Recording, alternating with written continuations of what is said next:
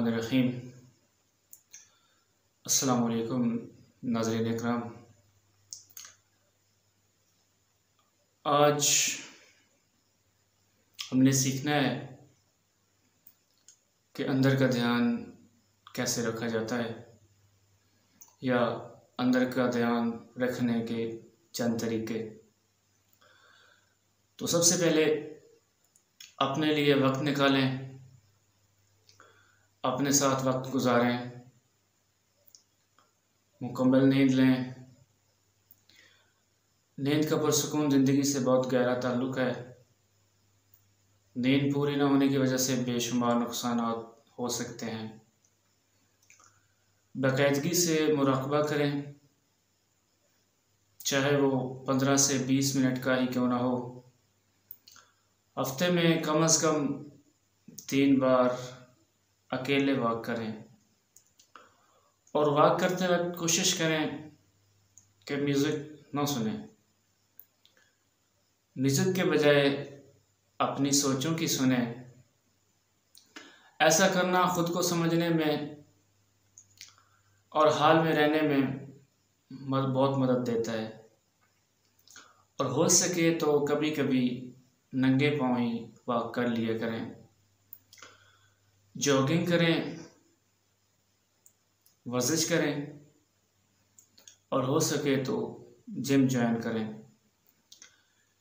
एक जदीद रिसर्च के मुताबिक रोज़ाना मामूली सी वर्जिश बहुत सी टेंशन और डिप्रेशन की दवाइयों से ज़्यादा असर रखती है।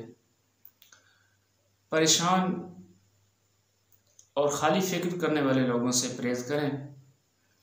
बुरे तलक़ात से तन्हाई बेहतर है। कोशिश करें कि तन्हा न रहें। अच्छे और मुखलिस दोस्त तलाश करें और इनके साथ वक्त गुजारें। हम ख्याल लोगों के साथ वक्त गुजारें।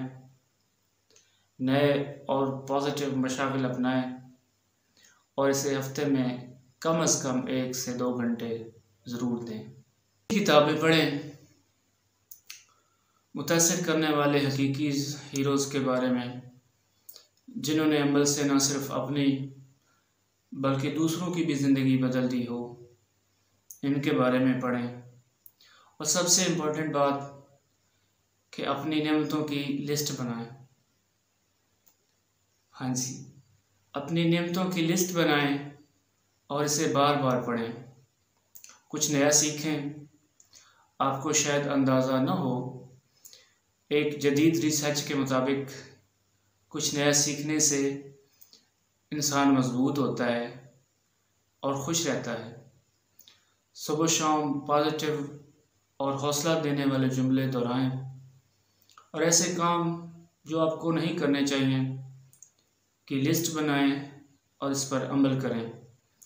बुरे तलक़ात से बचें।